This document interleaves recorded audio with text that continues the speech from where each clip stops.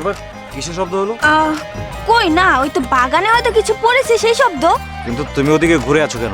আসলে কি জানো, আমার খুব গরম লাগতেছে, সেই জন্য আমি ভাবলাম এইদিকে নদী আছে, নদীর খুব বাতাস আসছে তো, এই জন্য আর কি এদিকে ঘুরে আছি। বাতাস তো সব দিকেই আছে, তুমি ওদিকে ঘুরে আছো কেন? এদিকে ঘুরো।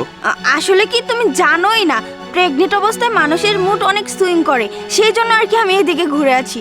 হ্যাঁ, কখনো ঠান্ডা কখনো গরম, এটাই তো, তাই না? বুঝলাম এই সময় মুড সুইং করে, তাই বলে তুমি ওদিকে ঘুরে থাকবো কেন? এদিকে ঘুরো। দেখো, আমি যদি তোমাকে না দেখি তাহলে বুঝবো কিভাবে? তোমার খেয়াল করা কিন্তু এখন আমার জরুরি, কারণ তোমার গর্ভে আমার বাচ্চা। আরে না না, ওরকম কোনো সমস্যা নেই।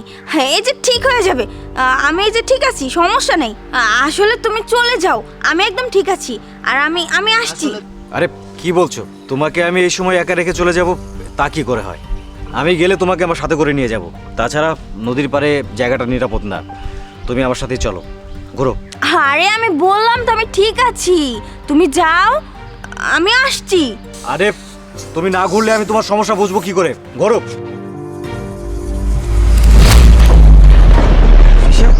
এসব কি? তুমি না প্রেগনেন্ট? তোমার পেট কোথায়? আরে তুমি হয়তো জানো না, কারণ তুমি তো ছেলে মানুষ। প্রেগনেন্ট অবস্থায় কখনো পেট বড় কখনো ছোট, এরকম হয় আর কি। হ্যাঁ। দেখো, আমি ছেলে মানুষ, তাই বলে এই নয় আমি কিছু বুঝি না। আমি গোয়েন্দা, অনেক মানুষ চড়িয়ে আমি খাই, আর তুমি আমার চোখে ফাঁকি দিবে? তা কি করে হয়?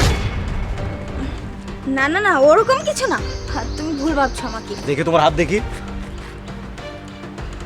বেলুন? তার মানে দিনের পর দিন তুমি আমার সাথে মিথ্যা নাটক করেছো, সবাইকে এতদিন মিথ্যা বলেছো যে তুমি প্রেগনেন্ট। তার মানে এই বেলুন দিয়ে তুমি প্রেগনেন্ট সেজে থেকেছো। কেন কেন এই প্রতারণা করলে আমার সাথে? অনেক হয়েছে, তোমার মতো ছলনাময়ী নারীর সাথে আর না। তোমাকে আমি ডিভোর্স দেব।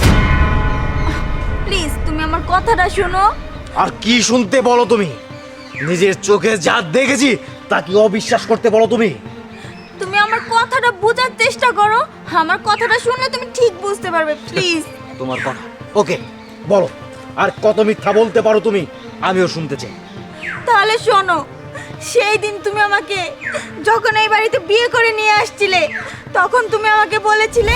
দেখো তৃষা, আমি তোমাকে ভালোবেসে বিয়ে করেছি, আমার পরিবারের সবাই মেনেও নিয়েছে, কিন্তু তাদের একটা শর্ত আছে। শর্ত হচ্ছে 1 বছরের মধ্যে আমাদের বাচ্চা দিতে হবে। শোনো, সবেমাত্র আমাদের বিয়ে হয়েছে, আর এখন তুমি বাচ্চা নেওয়ার কথা বলছো? এখনো তো অনেক সময় পড়ে আছে, এখন কেন বাচ্চা নিব বলো? তারা বলেছে বাচ্চা নিতে হবে, এখন তুমি কিভাবে কি করবে সেটা আমি জানি না। আরে তুমি কি পাগল হয়ে গেছো? আর তুমি এসব কি বলছো? এখন আমি বাচ্চা নিতে পারবো না। দেখো, আমি তোমার কাছে পারমিশন চাইনি, বাচ্চা দিতে হবে, সো ফাইনাল।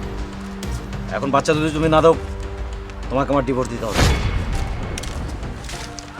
বুঝতে পেরেছি, যা করার আমারই করতে হবে। এখন তুমিই বলো, তাছাড়া আমি আর কি করতাম? কারণ আমি তো তোমাকে ভালোবাসি, আমি কখনো চাইনি যে তুমি আমাকে ছেড়ে দাও।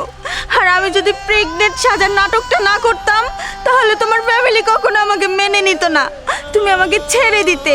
আর আমি কখনো চাইনি সবেমাত্র আমাদের বিয়ে হয়েছে, এত তাড়াতাড়ি আমার লাইফটা নষ্ট হয়ে যাক, আমাদের সংসারটা ভেঙে যাক, সেই জন্য আমি এই নাটকটা করেছি।